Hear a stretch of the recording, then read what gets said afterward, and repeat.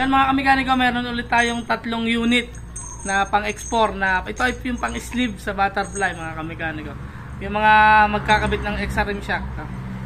Ang may-ari nga pala nito mga kamekaniko ay tiga Bataan, Iloilo at Laguna. Na, tama.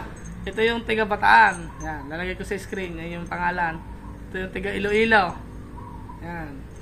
Tapos ito yung tiga Laguna. Ayan. Ayun yung mga order mga kamekaniko.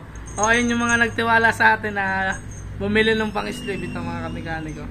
Pang-export to. Tatlong unit ang lalagyan nito mga kamekaniko. Tapos sa mga gusto nga palang bumili ng garne, meron tayo sa lahat ng motor. Basta magko-convert kayo ng XRM shock sa inyong motor. Barako, TMX, RS, RXT, Rusi, Macho. So, sa mga ganon, marami tayo. HD3, yan. HDX, Yamaha RS, yan. Meron tayong pang sleeve. Yan. Yun nga lang mga kamekaniko ay payment first po tayo. Kasi pinatotop na pa rin natin to. Yan. Ito, pinatotop natin kagagaling ko last tornohan ngayon. Aray, nagpagawa nga tayo ng tatlong unit na pang export. Lilinisin na lang ito at isiship na natin mga kamekaniko. Napakaganda. Ito sa kanila. Gagatlaan pa yan mga kamekaniko. Tapos isa-isa ko pa rin itong i-check. O i-check natin sa butterfly. May butterfly ako ng export dito. Tapos XRM shock. Isa-isahin pa natin yan. Bago natin i-ship dun sa tiga Bataan, tiga Iloilo, at tiga Laguna. Ang halaga nga pala na rin mga kamekaniko ay 350. Apat na piraso. Pero kung dalawa lang ang kailangan nyo, ang bigay ko ay 300. Ang bigay ko pagka dalawa lang. Pero pag apat na ay 350. Kaso sa inyo yung shipping mga kamekaniko, kung saan yung lugar nyo.